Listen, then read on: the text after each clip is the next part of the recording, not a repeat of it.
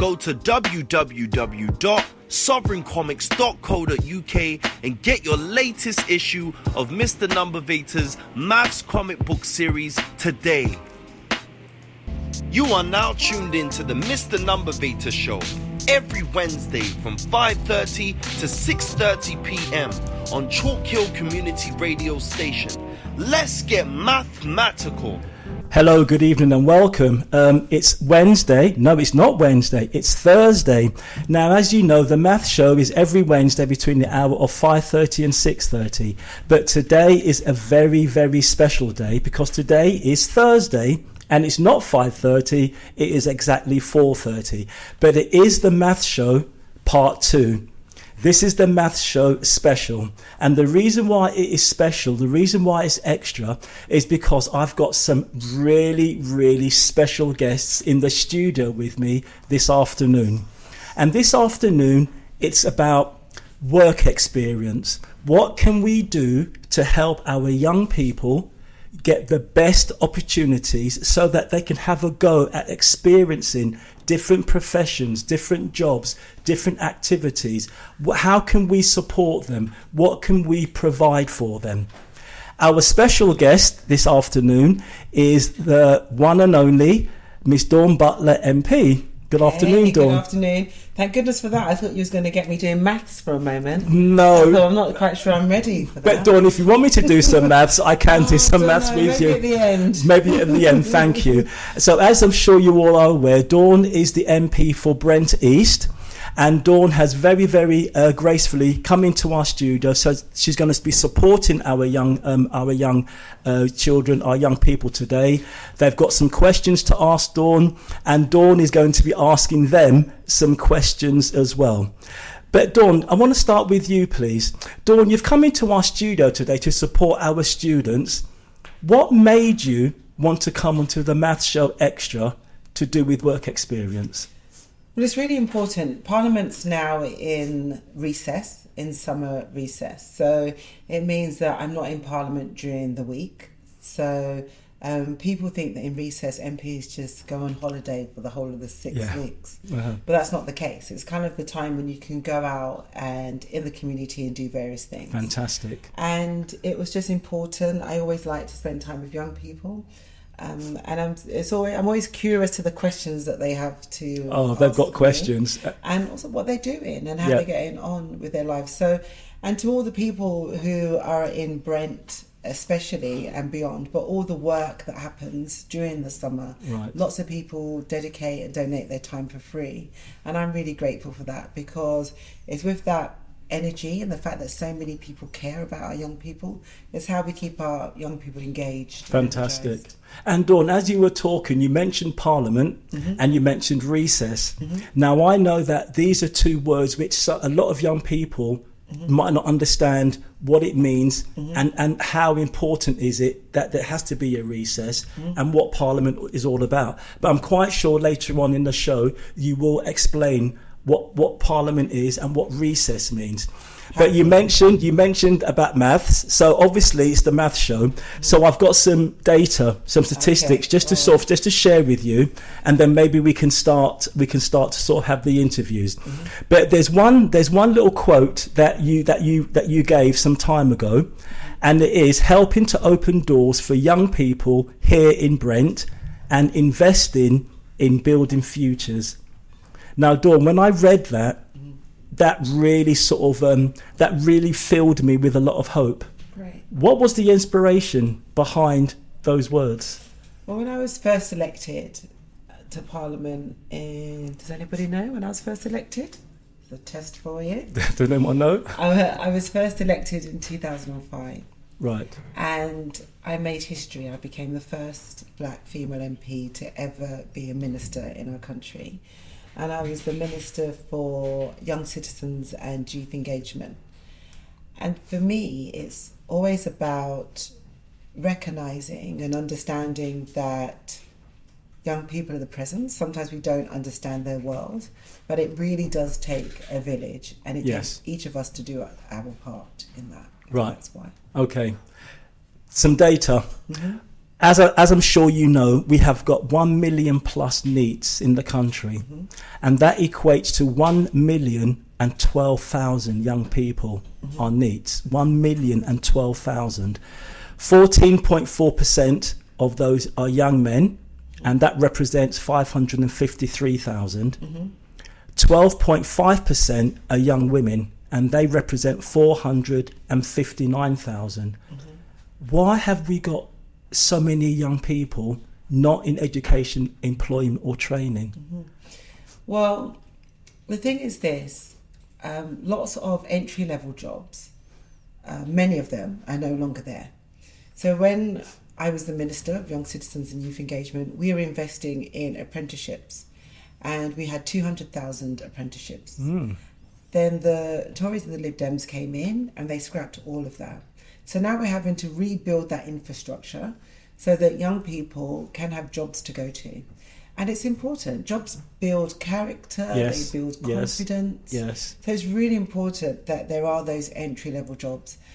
And we should also be cautious about, when people talk about AI and computers, every time you use a self-service till, that's a less person at the checkout. That's right, unfortunately, yep. And so if you have a shop that only has self-service, that means they don't need the people. That means, where do you get those skills from? Lots of my friends, their first jobs were in Sainsbury's. That's right. So McDonald's, yeah. all of those kinds of jobs. Yeah. So we need to make sure that no matter the advancements of technology, that there are these entry-level jobs that young people can go in and just do on a Saturday or in the summer. Fantastic. Thank you for that, Dawn.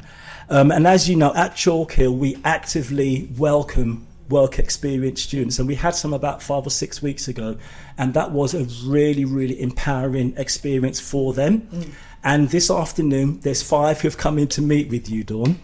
The first on your left is Deshawn, and on your right, we've got Atwain. And they've both got questions that they'd like to ask you. So go for it, guys. So Deshawn, what's your first question you'd like to ask Dawn? My first question is, what inspired you to get involved with politics, and did you always know you wanted to become an MP? Beautiful question. No, I didn't always know I wanted to become an MP. In fact, I didn't want to become an MP, Deshawn. It was something that I was, in a way, running away from, because I didn't see anybody like me in politics. There was nobody that spoke like me or dressed like me. So it wasn't something that I pursued, but eventually I did. So at first, no. But then, after standing first of all in Hackney, I realised that I could do this and I could do it my way.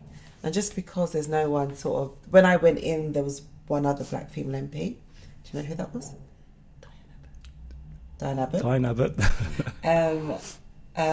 But she wore pearls, a little bit posher than I am, and so it wasn't something that I thought I'd be able to fit into, that kind of world. But it just shows you that actually you can fit into anywhere. Has Dawn answered your question? You happy with the answer? Right? I'm happy. And is politics something that you're interested in, or you've heard about, or you might want to become interested in, Deshawn? At the moment, no, but later down the line, maybe. Yeah. What are you interested in? What sort of things? Oh, I play football. Ah, nice. Okay, cool. So you just need a plan B. Yeah. And we can give him that. That's perfect. 100%. Well, good luck with your football career. Thank you. Who do you support? Man United. Oh, my gosh, terrible. Okay, no problem. Okay, thank you. And Twain, good afternoon. How are you? I'm all right. Good. And Twain, your mum is here. Okay, and your mum's going to be having a little chat with Dawn later on. Okay, so have you got a question that you'd like to ask? She wants to talk to me about Tony before she leaves. Okay. Not really much of a talker of my mum, but I do have a couple of questions. Okay.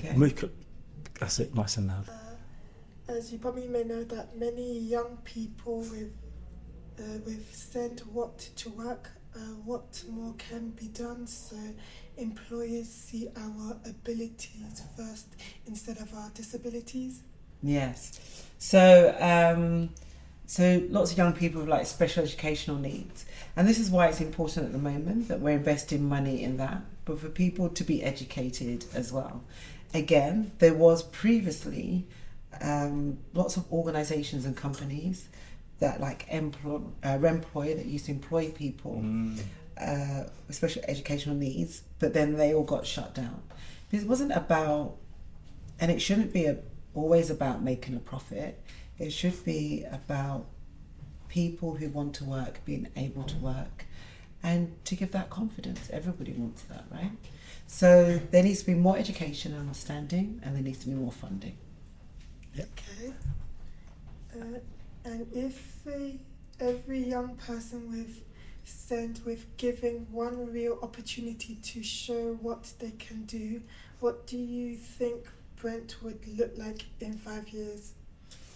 Well, what do you think Brent would look like if everybody was given that opportunity? I would probably say there would be, I'd say, some more different, like cleaner roads, I guess. Yeah.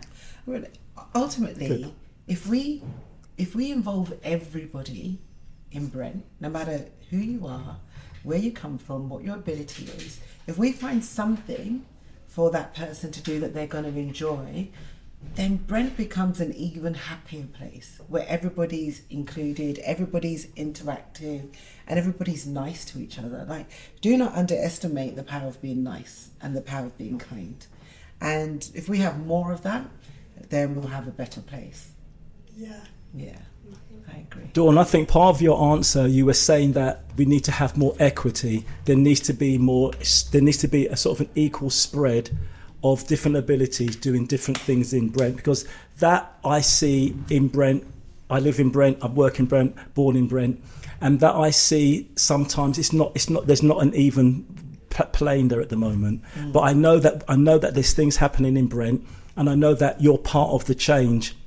But there's one question which I wanted to ask you, because we were talking about you with our neighbours, because you're my MP. I live in Harlesden, so you're my MP, and you came to my house once to the front door, and you promised me coffee and tea when you had your office in Willesden. Yeah. What makes Dawn Butler tick? What drives you to do what you do? It depends on the day. Oh, okay. So it changes every day, right? Sometimes you get up and you're ready to fight somebody, right, who maybe have said something in the media, in the post, or that I strongly disagree with, or somebody says something bad about Brent that I want to disagree with. Sometimes you're invigorated because you've succeeded in something, so it's not helping people. I always get a buzz if I've got a win for a constituent, no matter what it is. It could be something they're contesting, or it could be something to do with their housing or immigration. That drives me and gives me a buzz. Wow. Okay. And have we seen the best of Dawn Butler yet? Never. Come Never. on. There's always more to come, right? There's always a lot more to come. I've made no secret of the fact that I'd love to be Mayor of London. That was going to be my secondary question based on that. Okay. Yeah. So I made no secret of that fact. And actually, you get to the point in life and your career where you shouldn't be shy about what you want to do. If you want to play for Manchester United, say, I want to play for Manchester United. You know, you put it out there, and that's your aim and your goal, and you work towards that. And whatever you want to do, you say, this is what I want to do. And in that way, when you say it, it begins to become real. It begins to become a reality. Because yes, you're manifesting it, you're putting it out there, you're saying it, so your body believes it, your mind believes it, and then everybody else will start believing it. So I'm projecting ahead. You become the Mayor of London. Amen. Does that mean you won't be the Brent East MP? Is it possible to? That would be correct. Right. Okay. But I mean, I've been the MP since 2005, so but yes, it would be a sad thing. Yeah. But it just means that I'd be everybody's MP. Right. So Okay. Brent would have to share me. But and when you do become the mayor, as I said, I'm thinking a projection ahead. When you become the mayor, you'll still come back to to Willesden, to Harlesden, to live Neasden. Perfect. so we can always count on you to be there. Yeah, I live here. Oh, that's So I'm not fantastic. moving. Oh, that's fantastic. Yeah. Fantastic. And Dawn, what profession would you have pursued if you hadn't gone down that line of politics again? So I wanted to be a children's presenter. Oh, Yeah. Andy Peters. That was Yeah, it that? kind of thing? Okay. Yeah. Okay. I also wanted to be a wedding planner. Wow. Had some really good ideas, and now it's like, you know, now everybody does it, like automated guest lists, whatever. And a party planner, which is very close to wedding planner. Right. Okay. Those are- Okay. So, And a journalist. and a journalist, which is it's quite close to what. Yeah. Yeah, you're doing. But I started off my career as a computer programmer. Wow. Yeah. That's interesting. So the two young students have asked you a question each, and is there anything that you'd like to say to the students or ask them? Well, actually, Brent, especially St Raph's and Harlesden, have got some money, Pride in Place funding, and it's £2 million a year for the next 10 years. So what I'd like to know from you guys, I'll start with Twain. What would you like to see? How would you spend some of that money in Brent? I would probably say It could be on anything you want. anything. Mhm. So if I say wanted to make the roads a little bit more better, cleaner streets. Hmm. Yes, although that's the council's responsibility, so they can spend their money on that. Something a bit more exciting. So, Twain, is there anything that you would like to see being built, or like a centre, or some kind of activity that you would like to do Maybe that you don't jobs, see? because you were Yeah. talking about jobs for send children or young adults. Maybe something that we can do specifically for send young adults. Yeah. Yeah? Okay. All right. Cool. Deshaun. Yeah, Deshaun? I think that there should be more youth clubs built for young people to reside in instead of walking up and down on the street. Yeah, I agree with you. And we've got a new youth centre being built in Willesden. That's right, yes. And opposite the court. And Sadiq's also investing in, you've just reminded me actually, in a nighttime youth club. And I've got to see whether we've got any funding for that, and you just reminded me. But yes, I agree with you. We need more things for young people to do, right? Fantastic. Yeah. Well, Deshaun and Twain, can I just say the questions that you put together and that you've asked Dawn very clearly and very succinctly, they were really important questions, and I feel and I can see that Dawn has answered them from her heart, and I know that in the future, if you need to have some more support from Dawn Butler as our MP, I know that she'll be there for you. She'll be there for you. Has it been exciting to meet a real MP? Have you met an MP before? Not that I could say of no. Have you, Deshaun? Mm-mm. And do you know what an MP is? As a member of parliament. And do you know what her role is? What Dawn Butler's role is as a member of parliament? I don't even know what my role is sometimes because it changes every single day. Okay. So you don't have to answer that one, Deshaun. But I'm pleased that this is part of my role today because it's been nice meeting you guys. You too. Okay. In touch. Fantastic. Thank you. Okay, listeners, we're going to go for a short ad break, and then when we come back, we've got three young women, three young girls who are really keen to meet and talk with Dawn Butler MP, and it's my understanding that Dawn has got a particular focus on supporting young women and girls, and so it's going to be really interesting to hear the questions that they're going to ask Dawn, and Dawn's going to be asking the three girls questions as well. So it's going to be a really exciting part 2. So don't go too far away, and I look forward to catching up with you very shortly. Go to www.edutainment.com sovereigncomics.co.uk and get your latest issue of Mr Numbervator's Maths comic book series today. Hello and welcome back to part 2 of the Math Show Extra. So it's not Wednesday, it is Thursday. And you remember last week I had someone call in who asked me, what is the difference between good afternoon and good evening? Because I start my show saying good afternoon and then I finish my show saying good evening. So we term afternoon up to 6 o'clock. From 6 o'clock onwards, then we term it evening. So I've started my show this afternoon and we're going to end the show just when evening is started. Because a teacher was asking me the difference between afternoon and evening. So I hope I've explained myself clearly.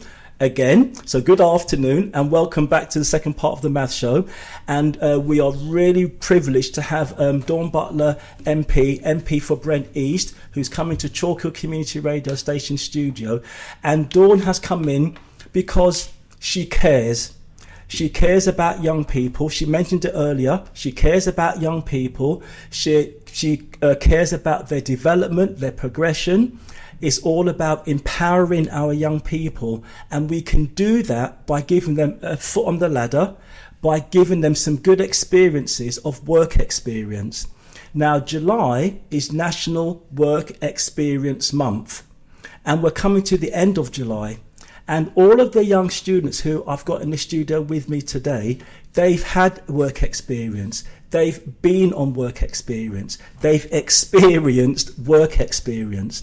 So the questions that they're going to be asking Dawn this part of the show is based on what they have been through and what they want to move on to as they get older.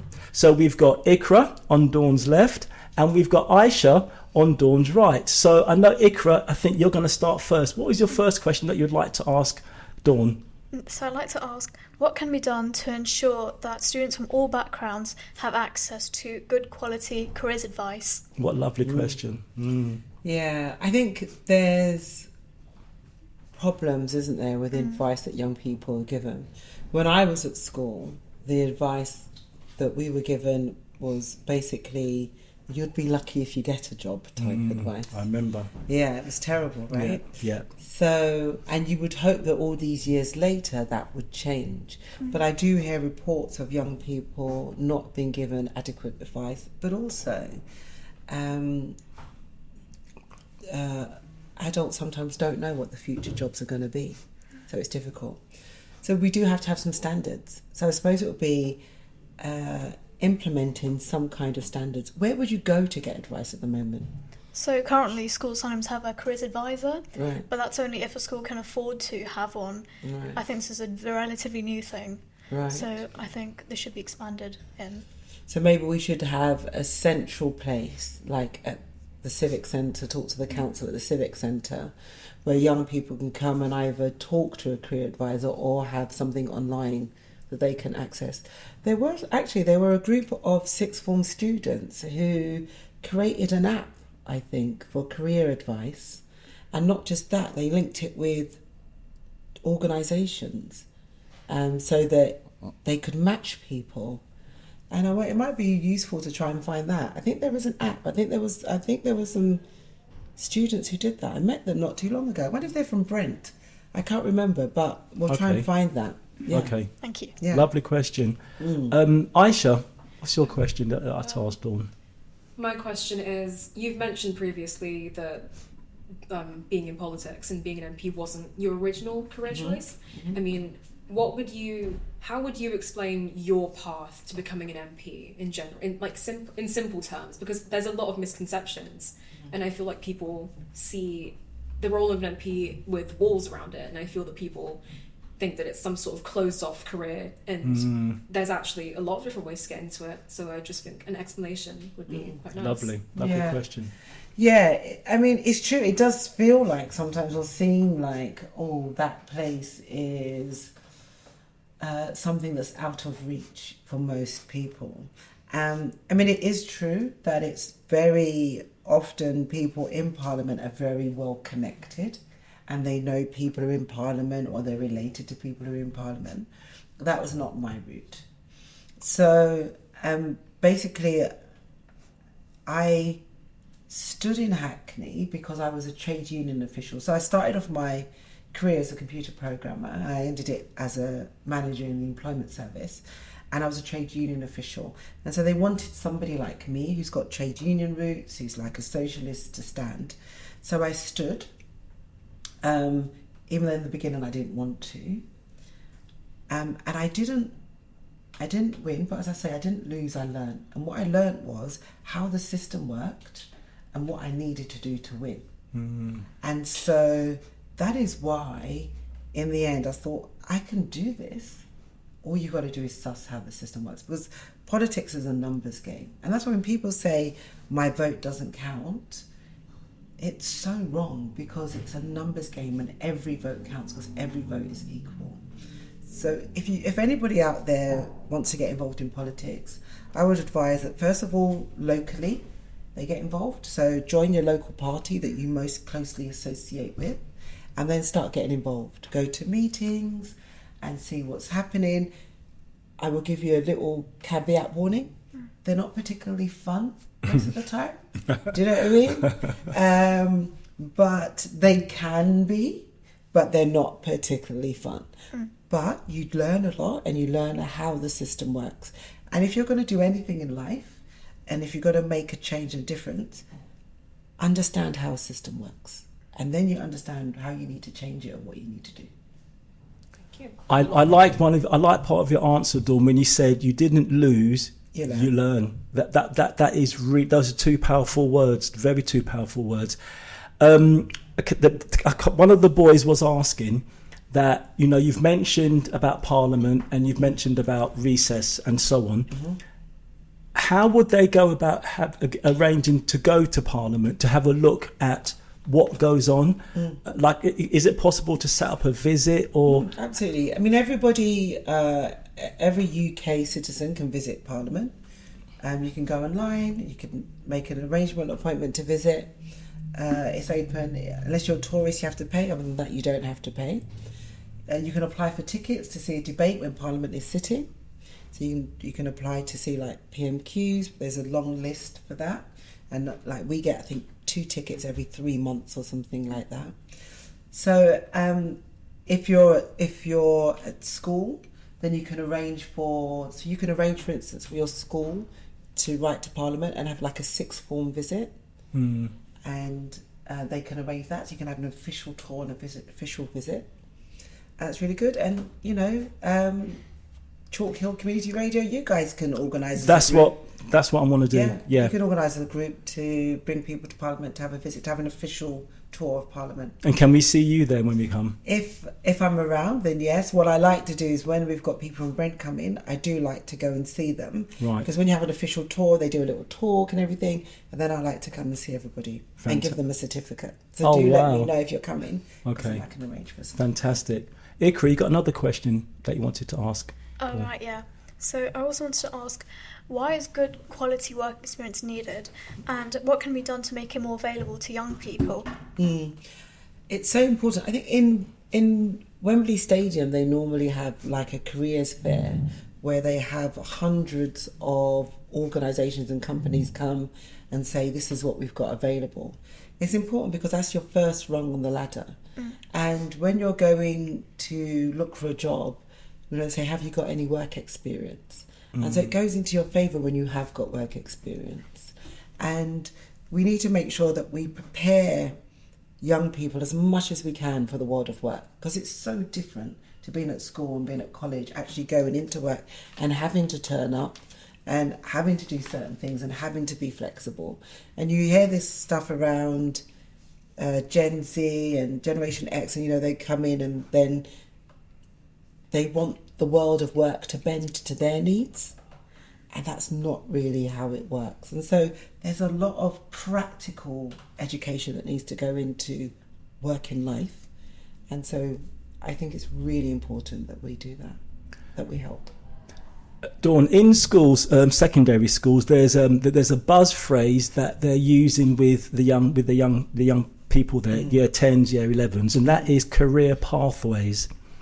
Can you explain to Ikra and Aisha What does it mean, career pathways?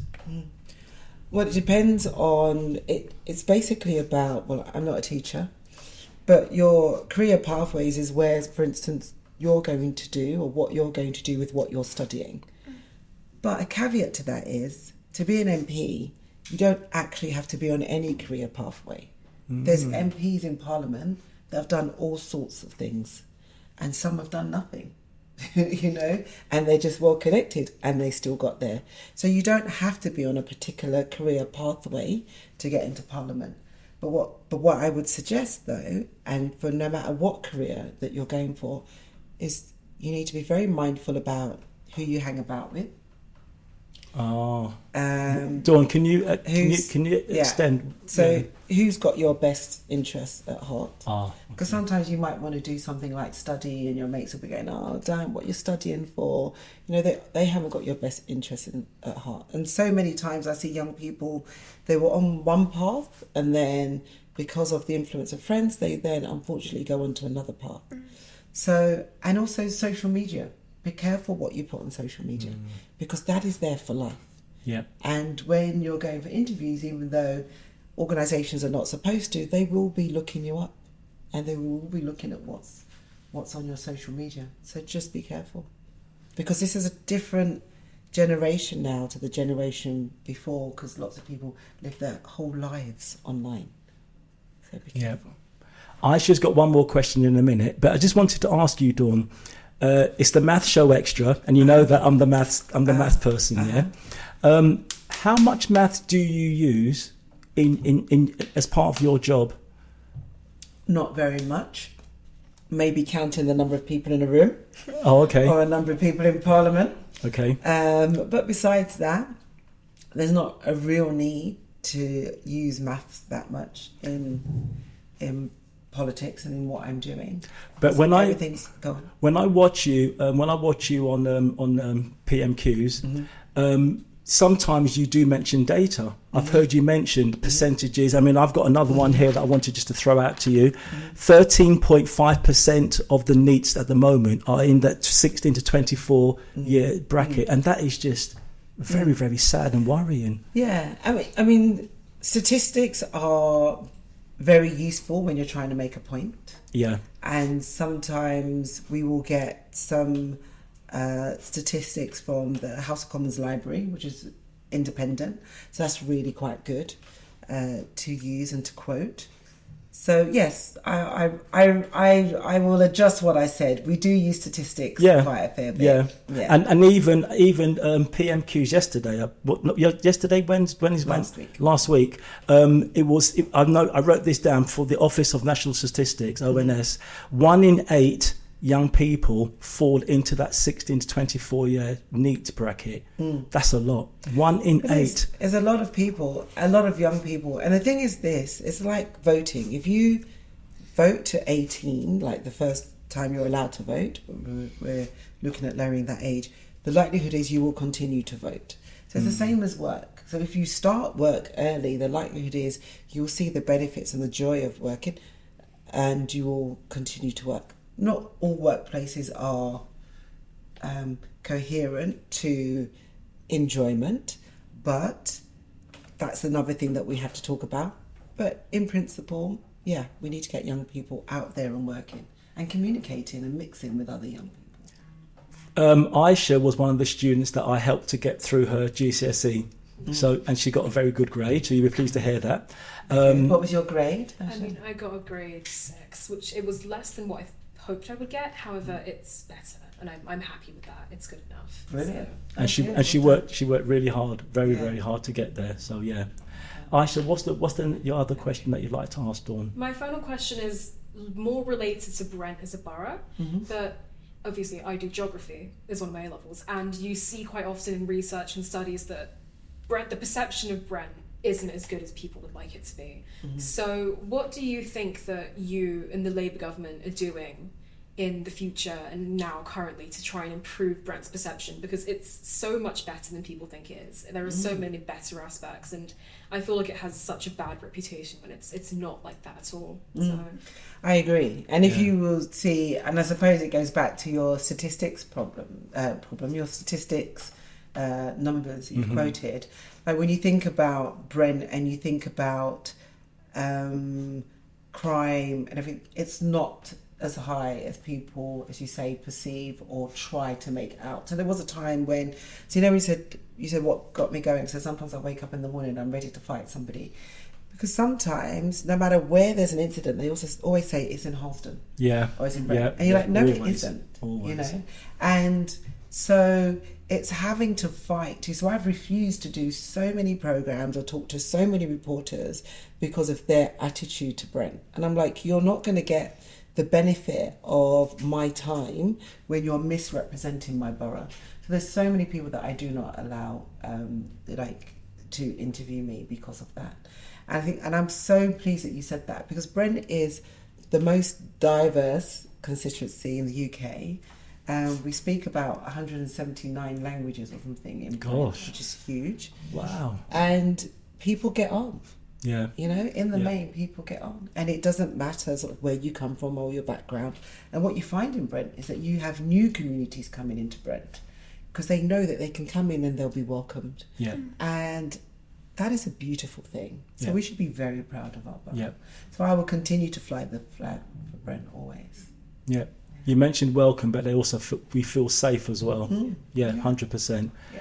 Well, Ikra and Aisha, thank you for asking Dawn some amazing questions. I know it took you a long time to sort of put the questions together, but yeah. And do you feel that Dawn has answered your questions sufficiently? Absolutely. Yeah. Do I get a pass? Does he get a pass? Yeah. Okay. Yeah. Well done. Okay. We're going to go for another short ad break, and then when we come back, we've got another couple of students who are going to be talking to Dawn and asking her questions, getting some advice, and then we've got a parent, Dawn, who wants to come and he's got a few questions about SEND provision in the borough, because I know that she knows that you will be able to signpost, to direct, and to help and to direct, and that's one of the benefits of having you live in the studio. We're lucky to have you in the studio. So I think there would have been a queue outside if I'd publicised it a lot more. But yeah, so don't go too far, listeners, and look forward to part 3 coming up shortly. Thank you. Hello and welcome back to part 3 of the Maths Show Extra with me, Mr Numbervator, on Chalkhill Community Radio Station. And in the studio we've got a very, very special guest, Miss Dawn Butler MP. And Dawn is the MP for Brent East. And we've got 5 young people in the studio who have all either completed recently their work experience or who are coming to the end of their work experience. As some of you are aware, July is Work Experience Month.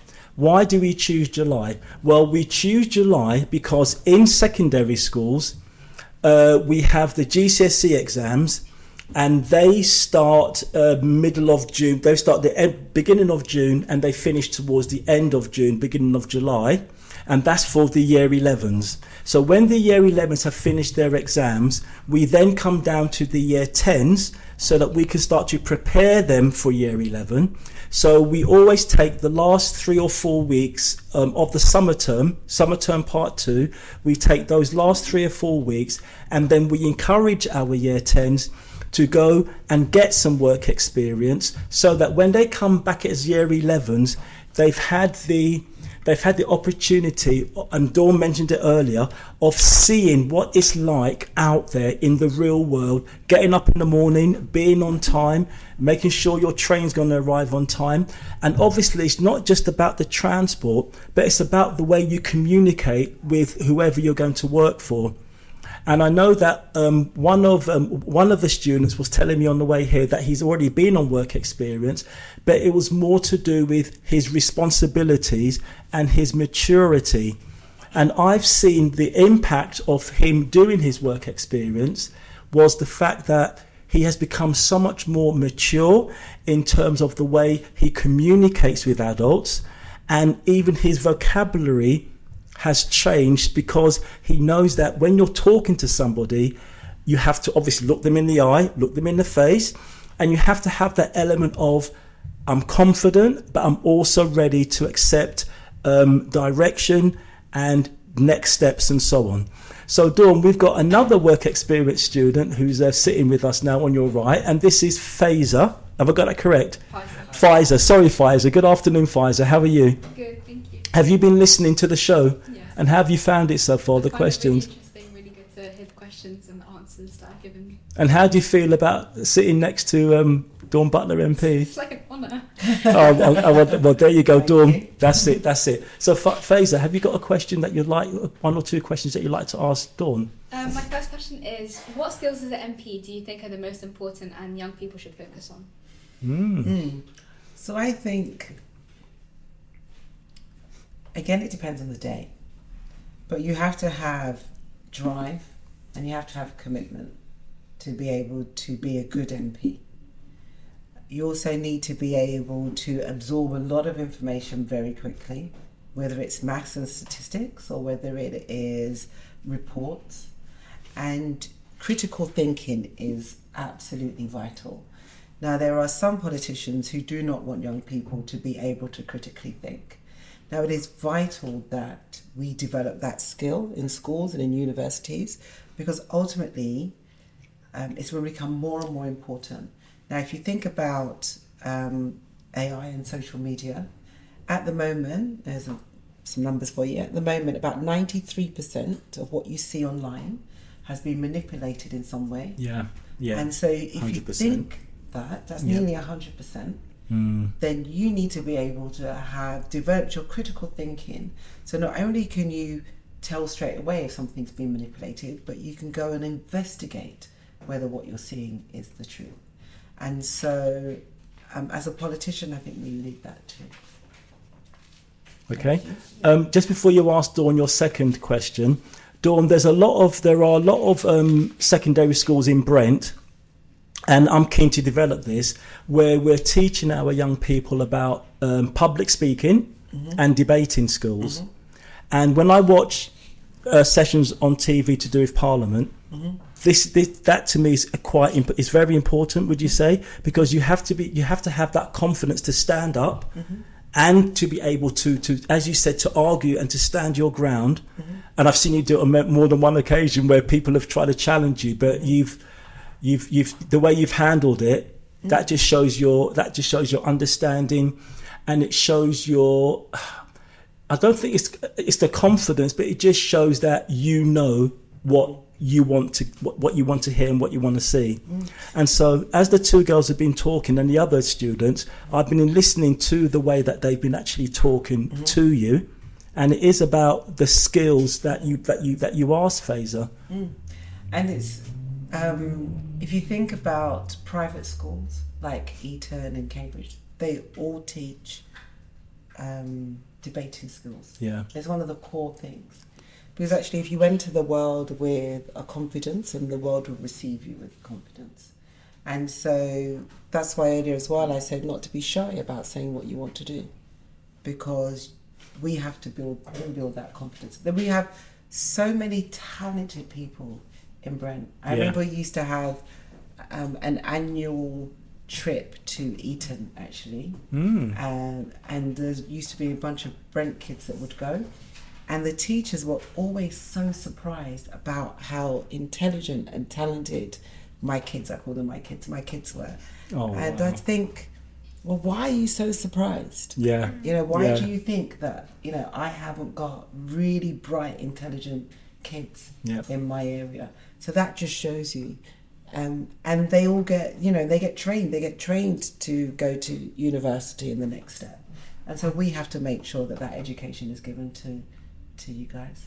And Dawn, you mentioned about why should they be so surprised. As I said to you earlier, I've worked in, I think, nearly all the 60 primary schools in Brent, and the quality of maths that I have seen in all of the schools, it outshines any of the other schools that I've seen. And I work across different boroughs as well. I've even worked in some of those public schools that you've mentioned. I've gone in there, and when I compare the maths level of some of our secondary school, year 10s, year 11s, and even some of the year 6s. That is what my focus is this year. So I will be coming to you for some direction, because there's a big group that I want to form mathematicians. Great. A big group. And Dawn, the next time I invite you, you'll see them. Your eyes will pop out. Some of the maths, and it's not just maths; it's the financial literacy as well that I'm looking at. Oh yeah, well that is important too. I mean, I was with some young people this week, and they said they'd like the curriculum to change, so that they can understand money, understand mortgages, understand interest rates, all of these things. And that is really important, because that's how you navigate life, right? And also that's how your parents might not have had that educational training, and that's how we start to make sure everybody improves their life's outcomes. So very important. Dawn, I did some work with... Very hot in the studio, everyone. It is very hot. I did some work with prisoners in Wormwood Scrubs, and my job was to actually get them ready for life once they've been released, and it's all about the financial literacy. And some of them were coming back into our borough. Right.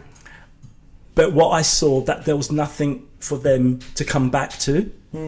So one of my aims was to have like a cafe or somewhere where they could actually come, get their experience, and then they could be gently brought back into society with a lot more confidence and a lot more acceptance. And that is something that I'm particularly interested in as well. So maybe you should approach like some of the charities that are already around, like Sufra, in St Raph's. Like, we've got a few cafes, and there's a place at Monk's Park, at the end of Monk's Park. Okay. There, speak to those people. And that's the other thing that we need to do, is all of these little groups that are doing amazing things in Brent with so little, is that everybody starts working together and building out. Joining the dots. Joining the dots. Faisal, have you got another question you'd like to ask Dawn? Yes. So what kind of setbacks and discriminations have you felt in your career as like a person of colour, a woman of colour in Parliament? Quite a number. And I must say, when I first entered Parliament, I wasn't ready for the racism. I didn't feel that... I felt like being at the cornerstone of our democracy, I was elected like every other MP. I wasn't ready for the racism. So in a way, I was actually upset with myself for thinking, let's just get on with the job. And I've written a book called A Purposeful Life. And in this book, I talk about 2 instances that happened. So one of them was when I was walking with my team to go and have lunch. And my team's very diverse. I had like a hijab wearer. I had an Asian person, black person, white person. My team, they used to call my office like the United Colours of Benetton. Oh, right? Lovely. Benetton, God. We're back in the throwback. Yeah. And I was walking onto the terrace, and this white guy stopped us and said, "Where do you think you're going?" And I'm like, "We're going to have lunch." And he said, this area is for MPs. So anyway, I just pushed past him and we went and we sat down. But my team were very upset. And so I had to go back to him afterwards and say, "Why do you think you had a right to approach me in that manner?" And he said, "This place is going to wreck and ruin. They're letting anyone in nowadays." Gosh. And it was such a shock. And I didn't cuss. I held it in, and we went back to the office, and we had to find who this bald white guy was. Now, when you think there were 650 MPs, only 2 black female MPs, 1 black male, so you can imagine how hard that was, but we found him, and he didn't deny it. And his name was David Heathcote Avery, and in fact, a weird thing about him is he actually stood in Brent once to be an MP. And then the other one I talked about was when I was in a lift and I was told this lift really isn't for cleaners. Wow. And I said, look, being a cleaner is a noble profession. Yep. So there's no need to be disrespectful to cleaners. But ultimately, I'm an MP just like you. So there's a number of cases where people see me and they don't expect me to be an MP. So you do have to be mindful all the time. And this is why we cannot take any progress we have made for granted. Because there's always somebody, right now there's a rise of white supremacy. There is a move to demonise Muslims. There's a move always to demonise black men. Yeah. So we have to be very mindful and to ensure that we elevate people wherever we can. Because that's how we combat it. Yeah. We combat it by being loving and supportive to each other.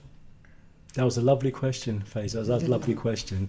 Okay, I don't want this afternoon to end because there's some lovely questions, and I can see Dawn is there's a lot. When I asked Dawn about have we seen the best of you yet, just by listening to your answers and the way you're responding, Dawn, no, I mean it's a bottomless pit. I mean there's a lot there for you. There's a lot there, and even what you just said to Faisal about, you have to brush past, and just dig deep and get on with it. That's just so important. So yeah, it's been great. Faisal, do you think has Dawn answered your questions? Yes, she has. And Ikra, you've been happy with Dawn? Yeah? Very happy. Yeah? Oh, that's lovely to hear. Okay, we're going to go for one more final short ad break, and then when we come back, we've got Antoinette, who's the mother of a twain who was here earlier, who's going to be asking Dawn a couple of questions, and then let's see how we get on. So well done so far. Thank you. Thank you. Go to www.sovereigncomics.co.uk and get your latest issue of Mr Numbervator's Maths comic book series today. Hello and welcome back to the last segment, the last part of the Math Show Extra with me, Mr Numbervator, Chalk Hill Community Radio Station, with our special, amazing guest, Dawn Butler MP, who's the MP for Brent East. We've had 5 absolutely amazing young students who have been asking Dawn some really inquisitive testing questions. The questions that they have asked, I know that they've sat down with their peers and with their parents, and they formulated the questions because they really want to find out how can they make themselves better. And all of Dawn's answers there's a common thread. It's believing in yourself and never giving up, and always striving to do your best. And you might not get there every day. Dawn's been saying that every day is different. And I didn't understand at first. I was thinking, well, she's this way on Thursday. How's she going to be on Friday? What's she like on Monday? But I'm starting to understand that maybe what's happened the day before in Parliament, or maybe there's been a meeting, or she's attended somewhere, and that's made her think differently. But now, because she wants to make some impact, she has to react differently as well. So I get it. I do understand when Dawn Butler mentions the fact that each day is different. And it is true, each day is different. We heard from a young man called a Twain earlier, who was asking Dawn some really interesting questions about work experience.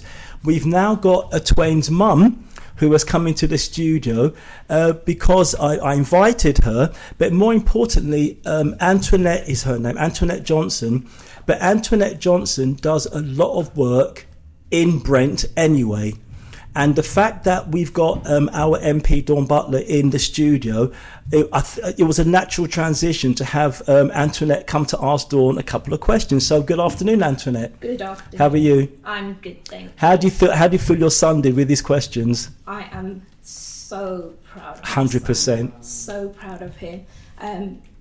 As you may know, my son actually has autism and learning difficulties. A lot of the times he does not say this, but it does shine through about the person who he is. Yeah. I am so proud of him I am. every day. He did very well. Thank you. Definitely.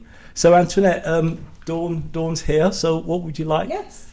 So, Dawn, my first question is, many employers say they want a diverse workforce, but young people, especially those with SEN, still struggle to access meaningful employment. What more can government, local authorities and employers do together to create real opportunities rather than just work experience, if they do have access to work experience? They're very similar to what your son had asked me.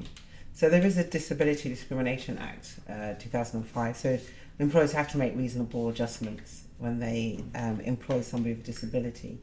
Obviously, you know, employers are employers, and if they have a choice, will they go for an easier option?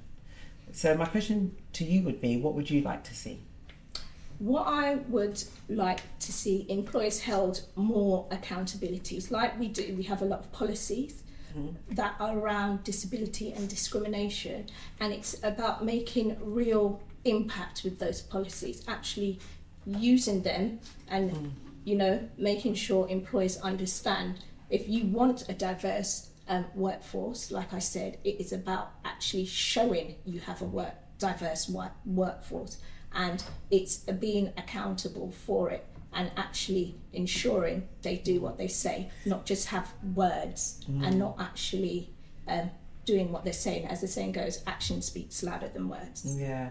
The thing is, you can't force employers to employ people, but what people can do is that we can ethically shop. So you can make sure that when you have I call it conscious consumerism.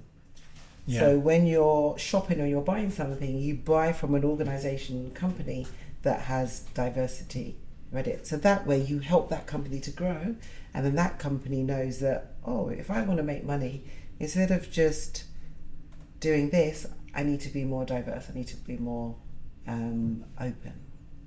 I agree with that, but again, it's about, in doing that, those organisations and companies are still quite small, and even though they are growing, they still need the support and backing of local council and of the government to say, we are not accepting this. Yes, we all still have to be tolerant, and it is all about choices, but are we really still offering a lot of choice for our young people and for young people with SEND? That's a great question. A great question. Antoinette, your my second question. Yes. Okay. Brent has an ambitious inclusion strategy. How will young people and parent carers be involved in holding the council, government, like I said, employers accountable for delivering it, rather than simply being consultants? So in your role, how will you be able to support? Okay, so Brent Council and their inclusion strategy is not in my remit as the Member of Parliament. So I don't know what their inclusion strategy is. But what I will say is that, like I said, the Pride in Place funding that we have in St Raph's and in Harlesden, we need to make sure that that is inclusive as possible. Now, my thinking is that we get as many people as possible involved, right? So we upskill the community, and then we show what people can do. We show what inclusiveness looks like. We show, if everybody works together, this is what we can achieve. And that way, we then force employers to then take notice. So I would like, for like the housing association, so many times people come to me because they have repairs and their repairs haven't been done. Well, if we were to upskill people on the estate to be able to fix those repairs and have the housing authority, the housing associations pay them to do that, then that's like a circular economy, but also it means that people literally will have pride in their place. So I want to work on that in regards to inclusion. Yeah, I do see that, but then again, it all falls back to changes, policy changes. In order for individuals, organisations to be upskilled, it then falls in terms of education. If people are not being able to access we can provide that in Pride and Place. Okay. So this is why I would like everybody who's listening to the show, everybody that's around, everyone that's in this room, to make sure you apply to be on the board of Pride in Place. I've already told, everybody needs to know about this initiative so that you can get involved and you can help mould it. This is a community-initiated policy that's come from the government, but you guys have to make it work. And the young people, well, we want young people to design it, to be a part of, talk about what needs to happen. So everybody needs to get involved. The opportunity is there, it's wide open. Yeah. And right now the interviews for chairs, I think Harleston had theirs this week. St Ralph's, the interview for chairs is next week. And then after that, it's the board members. And we can have many people on boards, different strands, as is necessary. I know you mentioned that it will be Harleston and St Ralph's, but will it be spreading across further other parts of Brent, or it's just particularly for those areas? Particular areas, because those are the areas of highest deprivation, and so that's why the money's been allocated to them. Wow. Okay. One last question. Talking with the amazing young people today. They were great. They were definitely great. What will be some of your takeaways, and how will you continue to support young people? My door's always open for young people. Unfortunately, I can't have everybody doing work experience for me. No. I get lots and lots and lots of requests, but I do have some. And as we build out, as I do more and more campaigning, there'll be opportunities for young people to get involved and help with the campaign. But ultimately, my biggest takeaway from today is that I'm right. We have some incredible, 100%. Bright, look at and them, talented young people in Brent. Yeah. And my kids are going to go far in Brent. There will be MPs and mayors and accountants and teachers and doctors and everything that you can think of. Brent will create them. 100%. Yeah. Thank you. 100%. Yeah. That's lovely. Antoinette, thank you. There were some great questions. So Dawn, unfortunately, we're coming to the end of the show. Survived this heat. Yeah, I wish that it could be longer, because there's a lot more that I wanted to get through, but that can be another time. There's something that I wanted to give to you. Okay. These are my I saw this the other day, Yes. Is this the latest one? Yes, they're the latest ones. Yeah. Cool. So please circulate them as you see fit. Nice. And if there's anything that you feel. Such good quality. Oh, and Dean is the one who helped who does all the graphics and everything. So it's real teaching, but through but through the comic, which is young people can reach out to, they can understand, they can empathise with, and so on and so on. I love it. Brilliant. Yeah. Great. So that's it. So Dawn, can I just say thank you for first of all agreeing to come into the studio today. Tatiana was absolutely brilliant with me in helping to organise, and she kept me abreast as to what was happening along the way. And it's just great. Tatiana's my new team member, by the way, people who are wondering. Okay. So second week. Third week. Third week. Wow.